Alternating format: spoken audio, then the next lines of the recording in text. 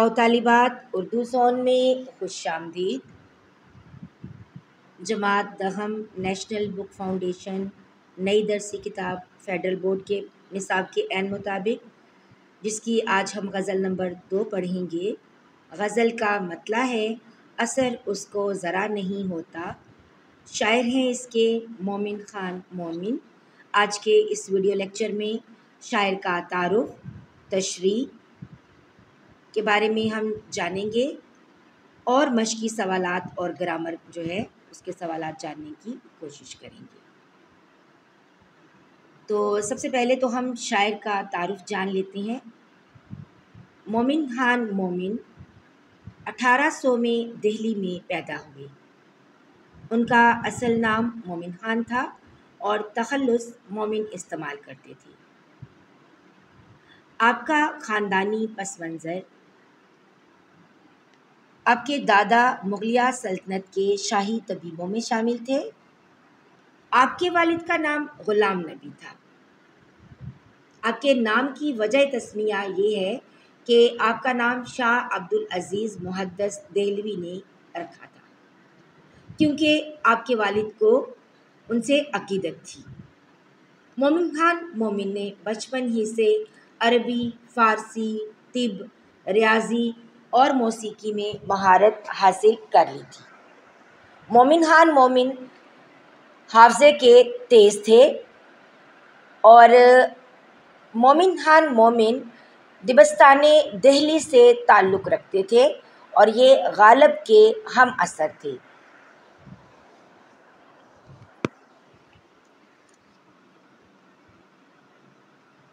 انہوں نے غزل، قصیدہ، ترکیب بند، ریختہ، مثنوی اور شوقیہ اصناف میں طبع آزمائی کی۔ یہ ان کی شاعری کی اصناف ہیں۔ ان کا اسلوب شاعری کچھ ایسے ہے کہ ان کی شاعری روایتی فحاشی اور ابتذال سے پاک، صحت مند اور شائستہ مزاج کی آئینہ دار ہے۔ ان کے اشعار میں ذاتی تجربات کا رنگ غالب ہے جو ایک مخلص عاشق کی عکاسی کرتے ہیں۔ ان کا اسلوب میر کی خود سپردگی سے قریب تر اور غالب کی خود پسندی سے مختلف ہے۔ ان کی معروف تصانیف میں دیوان مومن اردو، کلیات مومن، قصائد مومن، دیوان مومن فارسی، مثنوی شکایت ستم، آہوزاری مظلم، مثنوی جہادیہ، قصہ غم، تف آتشی اور انشاء مومن خان فارسی یہ شامل ہیں۔ مومن خان مومن 1851 میں دہلی میں انتقال کر گئے۔ اب بڑھتے ہیں غزل کی طرف۔ پہلے غزل کی پڑھائی کر لیتے ہیں۔ اثر اس کو ذرا نہیں ہوتا، رنج راحت فضا نہیں ہوتا، بے وفا کہنے کی شکایت ہے، تو بھی وعدہ وفا نہیں ہوتا، ذکر اغیار سے ہوا معلوم، حرف نا سے برا نہیں ہوتا، تم ہمارے کسی طرح نہ ہوئے ورنہ دنیا میں کیا نہیں ہوتا، ایک دشمن کہ چرخ ہے نہ رہے، تجھ سے یہ اے دعا نہیں ہوتا، تم میرے پاس ہوتے ہو گویا جب کوئی دوسرا نہیں ہوتا، حال دل یار کو لکھوں کیوں کر، ہاتھ دل سے جدا نہیں ہوتا، کیوں سنے عرض مضطرب مومن، صنم آخر خدا نہیں ہوتا۔ ماخذ ہے اس کا دیوان مومن۔ شعر نمبر 1: اثر اس کو ذرا نہیں ہوتا، رنج راحت فضا نہیں ہوتا۔ اس شعر میں رنج کا مطلب ہے دکھ یا تکلیف، راحت فضا کا مطلب ہے سکون دینے والا۔ اس شعر میں صنعت تضاد کا استعمال ہوا ہے۔ شعر کا مفہوم دیکھتے ہیں۔ شاعر کہتا ہے کہ محبوب پر اس کے غم اور محبت کا کوئی اثر نہیں ہوتا۔ محبت میں تکلیف اٹھانے کے باوجود بھی سکون نہیں ملتا۔ یہ شعر محبوب کی بے رخی اور عاشق کی بے چینی کی تصویر پیش کرتا ہے۔ دیکھیں بیٹا، پہلے مصرعے میں شاعر یہ کہتا ہے کہ محبوب پر عاشق کے غم کا کوئی اثر نہیں ہوتا۔ دوسرے مصرعے کو دیکھیں تو رنج راحت فضا نہیں ہوتا۔ اس میں شاعر یوں وضاحت کرتا ہے کہ یہ غم عاشق کے لیے سکون کا باعث نہیں بنتا، کیونکہ محبوب کی بے رخی اتنی شدید ہے کہ عاشق کی تمام فریادیں اور آہیں بیکار ہیں۔ اس میں اگر میں نے آپ کو پہلے بھی بتایا کہ صنعت تضاد کے ذریعے یعنی رنج اور راحت کے ذریعے شاعر نے محبوب کے رویے کی سنگ دلی کو واضح کیا ہے۔ شاعر نے سادہ الفاظ میں محبت کی ناکامی اور بے حسی کو بیان کیا ہے۔ اگر ہم ثنائے بدائے میں دیکھیں تو اس میں صنعت تضاد کا بھی استعمال ہے اور صنعت حسن تعلیل کا بھی استعمال ہے، یعنی شعر میں وہ وجہ بیان کرنا، وہ خوبی بیان کرنا جو کہ دراصل اس کی وجہ نہ ہو تو ہم اس کو حسن تعلیل کہتے ہیں۔ شعر میں گہرائی اور اثر پذیری پیدا ہوتی ہے۔ غم کے باوجود سکون کا نہ ملنا عاشق کی مجبوری کو ظاہر کرتا ہے۔ بڑھتے ہیں شعر نمبر 2 کی جانب۔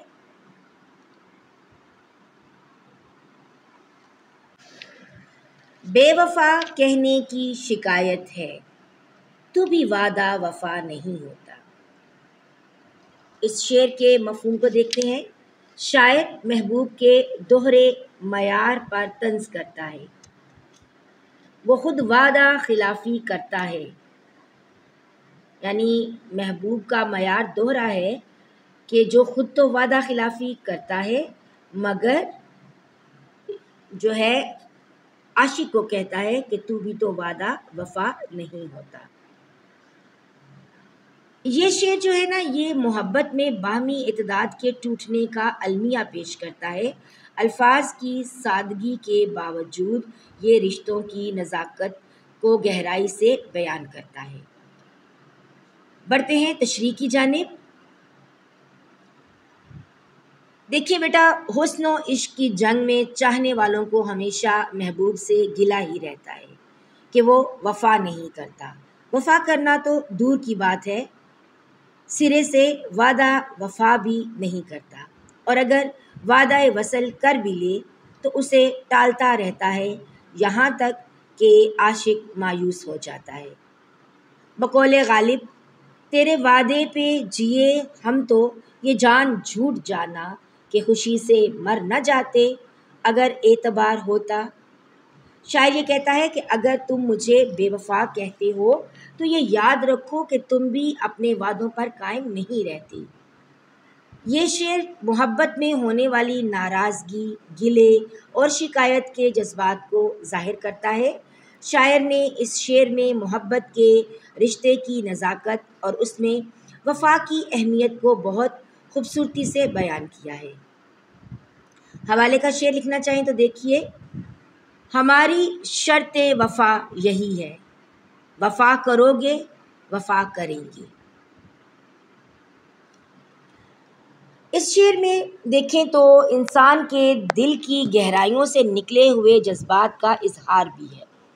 محبت کے رشتے میں وفا کا ہونا بہت ضروری ہے، لیکن جب دونوں فریق ایک دوسرے پر اعتماد نہیں کرتے اور وعدوں کو پورا نہیں کرتے تو یہ رشتہ کمزور ہو جاتا ہے۔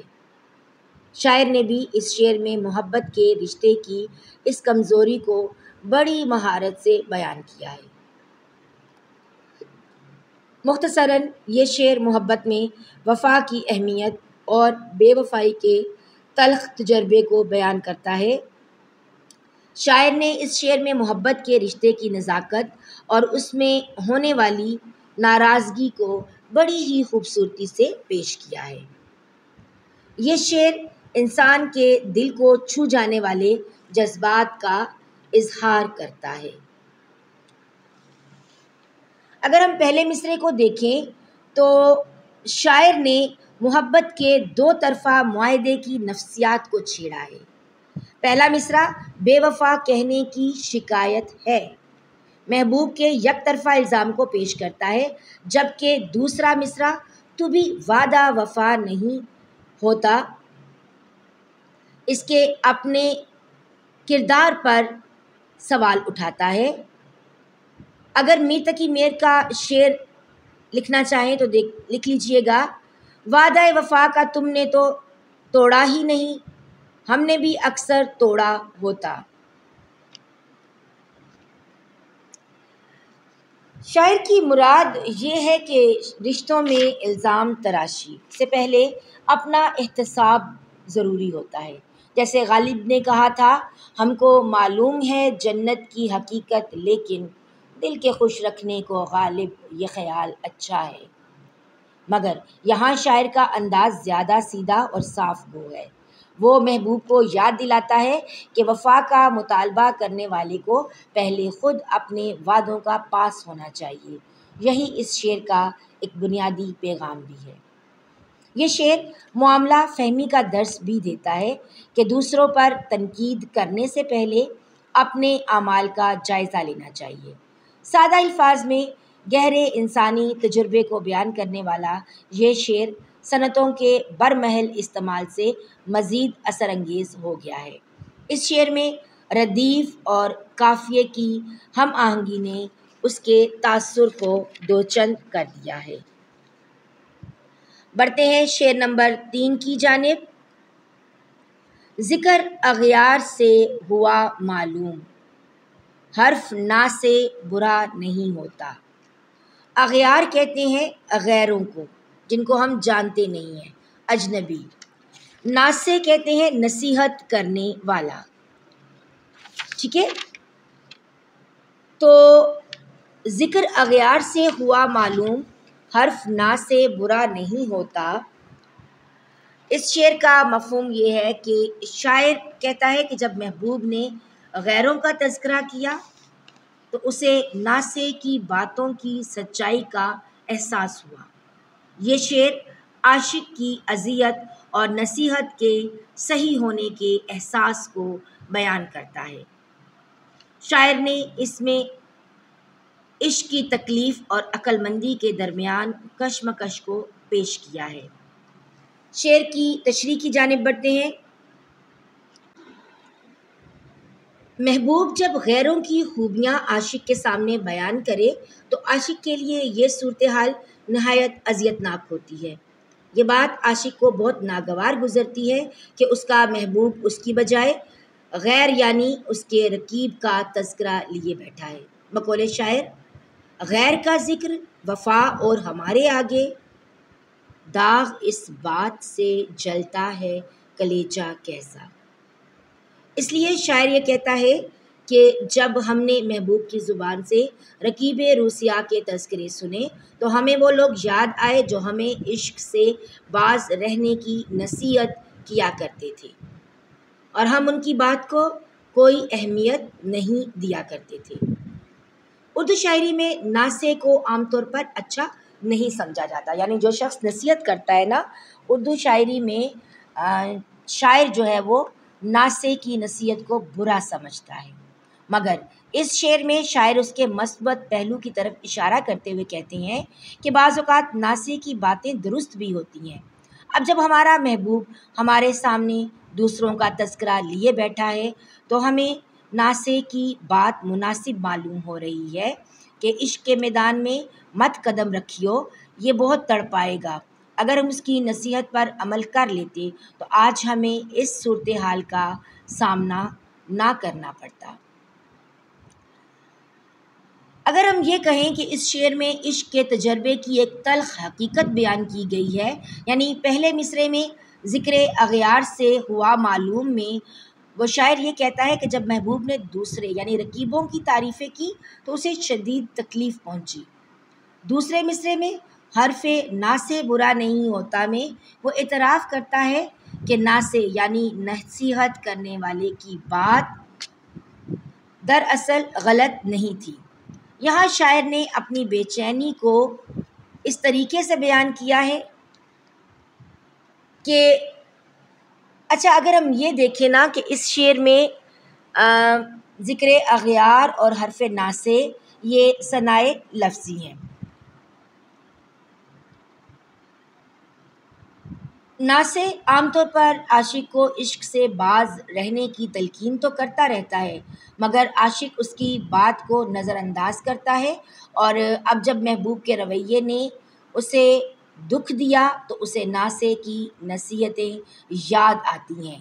حوالے کے طور پر لکھنا چاہیں تو غالب کا یہ شعر لکھ سکتے ہیں: ہزاروں خواہشیں ایسی کہ ہر خواہش پہ دم نکلے، بہت نکلے میرے ارمان لیکن پھر بھی کم نکلے۔ شاعر کا اس شعر میں پیغام یہ ہے کہ بعض اوقات نصیحتیں تلخ ضرور ہوتی ہیں، لیکن تجربے کے بعد ان کی صداقت کا احساس ہوتا ہے۔ یہ شعر عشق کی ناکامی اور نصیحت کی اہمیت کو بیان کرتا ہے۔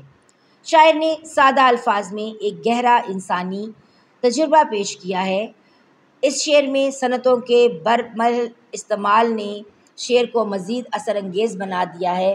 ناسے کی باتوں کو نظر انداز کرنے والے عاشق کو آخرکار احساس ہوتا ہے کہ اس کی نصیحتیں بے وجہ نہیں تھیں۔ بڑھتے ہیں شعر نمبر 4 کی جانب۔ تم ہمارے کسی طرح نہ ہوئے ورنہ دنیا میں کیا نہیں ہوتا۔ اس شعر کا مفہوم کچھ یوں ہے کہ دنیا میں ہر مشکل آسان ہو سکتی ہے مگر محبوب تک رسائی نہ ہو سکی۔ یہ شعر قسمت کی ستم ظریفی اور محبت کی ناکامی کو بیان کرتا ہے۔ شاعر کی یہ شکایت در حقیقت تقدیر کے فیصلے پر ایک درد بھرا احتجاج ہے۔ دیکھتے ہیں تشریح۔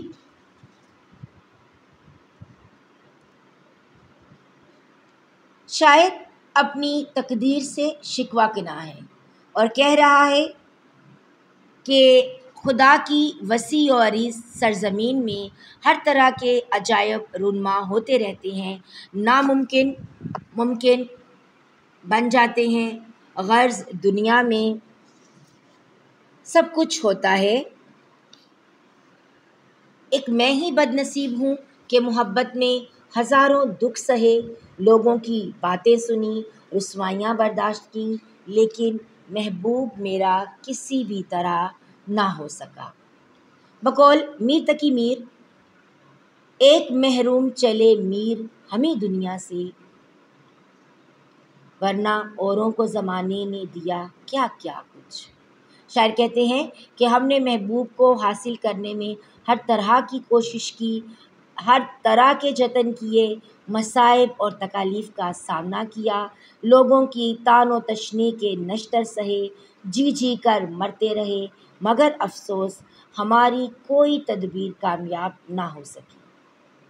جب ہماری ہر طرح کی کوششیں رائے گاں گئیں تو ہم نے اللہ سے رجوع کیا، رو رو کر اللہ کے حضور دعائیں مانگی اور گر گڑائے کہ یا اللہ تو ہمیں وصال یار سے سرفراز فرما دے، مگر ایسا نہ ہو سکا۔ ہمیں یوں لگا کہ جیسے ہماری ساری کوششیں اکارت اور ساری دعائیں رد ہو گئیں، گویا محبوب کا ملنا ہمارے نصیب میں ہی نہیں تھا، ورنہ ہم تو ہر ممکن کوشش کر چکے ہیں۔ حوالے کا شعر آپ لکھنا چاہیں تو یوں لکھ سکتے ہیں: میں نے مانگی تھی یہ مسجدوں میں دعا، میں جسے چاہتا ہوں وہ مجھ کو ملے، جو میرا فرض تھا میں نے پورا کیا، اب خدا ہی نہ چاہے تو میں کیا کروں۔ وہ جو کہتے ہیں نا کہ ڈھونڈنے سے خدا بھی مل جاتا ہے، لیکن اگر کچھ ناممکن ٹھہرا ہو تو وہ ہمارا محبوب مجازی ہمیں نہیں ملا۔ پہلے شعر کے پہلے مصرعے میں اگر ہم دیکھیں تو ان سے رشتہ نہ جوڑ پانا میری بدقسمتی ہے۔ شاعر یہ کہتا ہے نا کہ تم ہمارے کسی طرح نہ ہوئے، یعنی تم سے رشتہ نہ جوڑ پانا میری بدقسمتی ہے، ورنہ دنیا میں تو ہر ناممکن کام جو ہے وہ ممکن ہو جاتا ہے۔ یعنی پہلے مصرعے میں اپنی ناکامی کا اعتراف ہے تو دوسرے مصرعے میں دنیا کے امکانات کی طرف اشارہ ہے۔ یہاں شاعر کا درد فراق گھور پوری کے اس شعر کی یاد دلاتا ہے، ہر ایک بات بنتی ہے مگر اے دوست تمہاری محبت نہیں بنتی۔ یا شاعر نے یہ بھی کہا ہے کہ میں نے ہر ممکن کوشش کی، دعائیں مانگی، صعوبتیں جھیلیں، قسمت نے یاوری نہ کی۔ جیسے جگر مراد آبادی کہتے ہیں، کروڑوں آرزوئیں دل میں سمیٹے پھرتا ہوں، ایک تمہاری خوشنودی نصیب نہیں ہوتی۔ اس شعر کا لب لباب یہ ہے کہ انسان سب کچھ پا سکتا ہے مگر جسے چاہے وہی نہیں ملتا۔ یہ شعر عشق کی سب سے بڑی المناک حقیقت بیان کرتا ہے، ہر چیز ممکن ہے سوائے محبوب کے ملنے کے۔ سادہ الفاظ میں گہرے جذبات کو بیان کرنے والا یہ شعر اپنی صنعتوں کے باعث انتہائی اثر انگیز ہے۔ شاعر کا یہ شکوہ در حقیقت ہر ناکام عاشق کی کہانی بیان کرتا ہے۔ عزیز طلباء و طالبات، چونکہ ویڈیو لیکچر لمبا ہو رہا ہے تو آج کے اس ویڈیو لیکچر میں ہم نے 4 اشعار کی تشریح، مفہوم اور صنائع بدائع کا تذکرہ کیا، یعنی اس شعر کے فنی محاسن بیان کیے۔ اس کے علاوہ ہم نے شاعر کا تعارف پیش کیا۔ انشاءاللہ اپنے لیکچر نمبر 2 میں آخری 4 اشعار کی وضاحت، تشریح اور مفہوم کو بیان کیا جائے گا اور مشقی سوالات کے جوابات تحریر کرنے کی کوشش کی جائے گی۔